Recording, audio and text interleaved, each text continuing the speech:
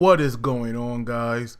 This is Versus All Gaming with my review of Naruto chapter 664, and man, that ending, it definitely got me.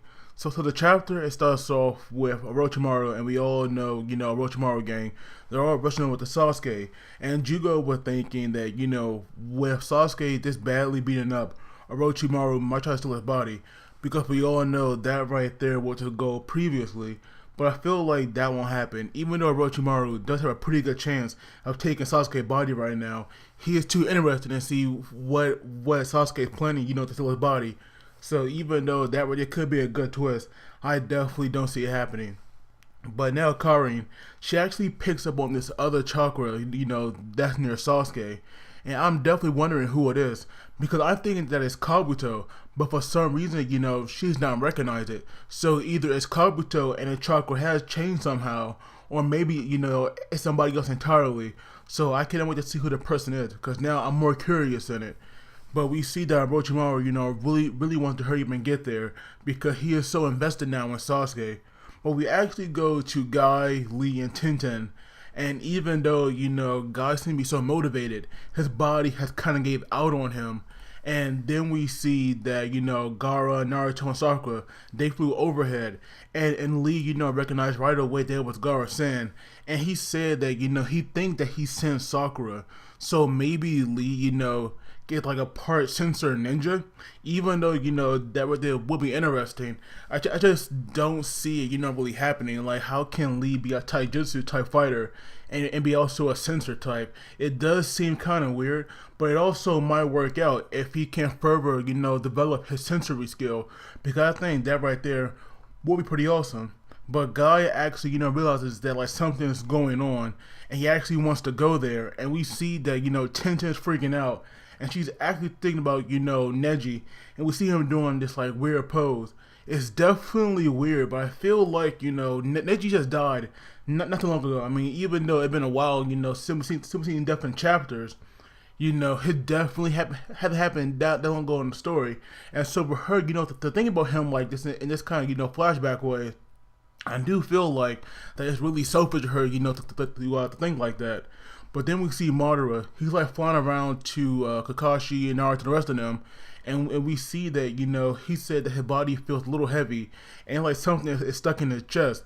So when he spits out, we see those old ninja tools of the original Sage of Six Path, and Madara even calls them useless. Like, even though he's the new Sage, he finds the old Sage ninja tools to be useless, and that right there really surprised me.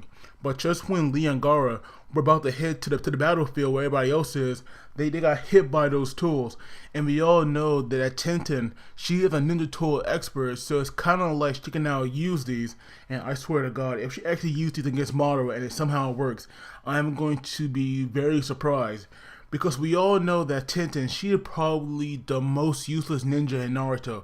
She has never done a freaking thing at all. So if she actually comes in here and does something for the first time and is this epic against Madara, I will be shocked, and honestly, I'll be a little disappointed to be honest with you. I really would. So then we go back to Kakashi and Minato, and they're looking pretty badass right now with this Rasengan and Lightning Blade, in their hands. So that was like definitely awesome. But we learned that they can no longer sense Obito presence. So I'm gonna assume now that Obito is really dead, and it's just the Black Zetsu controlling his body now. So rest in peace, Obito, if you're really gone, because it's possible that he could still be in there.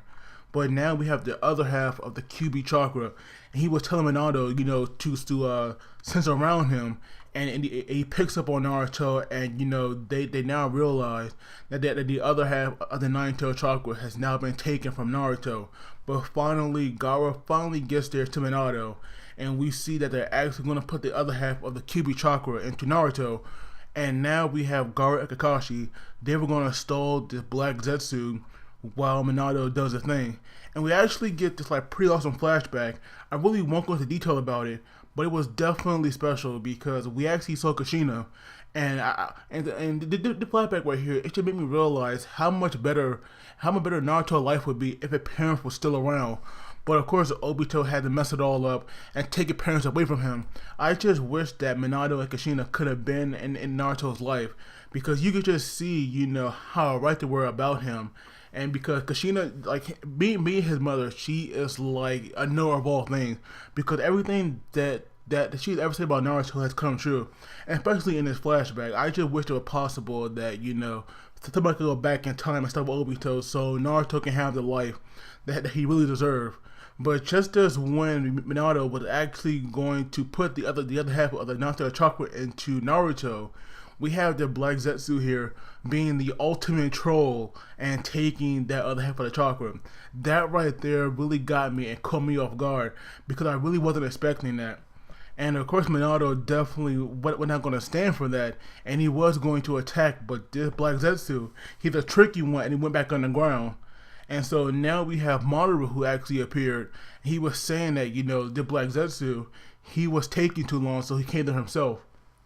So that right there was awesome, because now I feel really bad for Naruto, because basically Naruto did at this point. He does not have any half of the ninth chakra. It's now, both halves are going to be now into Madara. But it actually kind of makes sense, because if Madara does get both halves of the ninth chakra, it means that the QB will be complete once more. So when Madara is eventually defeated, it means Naruto will have both halves. So that right there is a good thing. But at the same time, I just don't see how Naruto is going to live from this. He's basically dead now, because nothing can save him.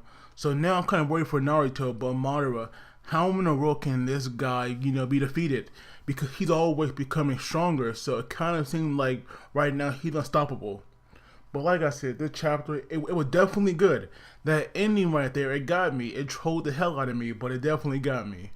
As always, please do not forget to like the video and subscribe, because that really helps me out. And you guys take it easy, and I will see you all next time.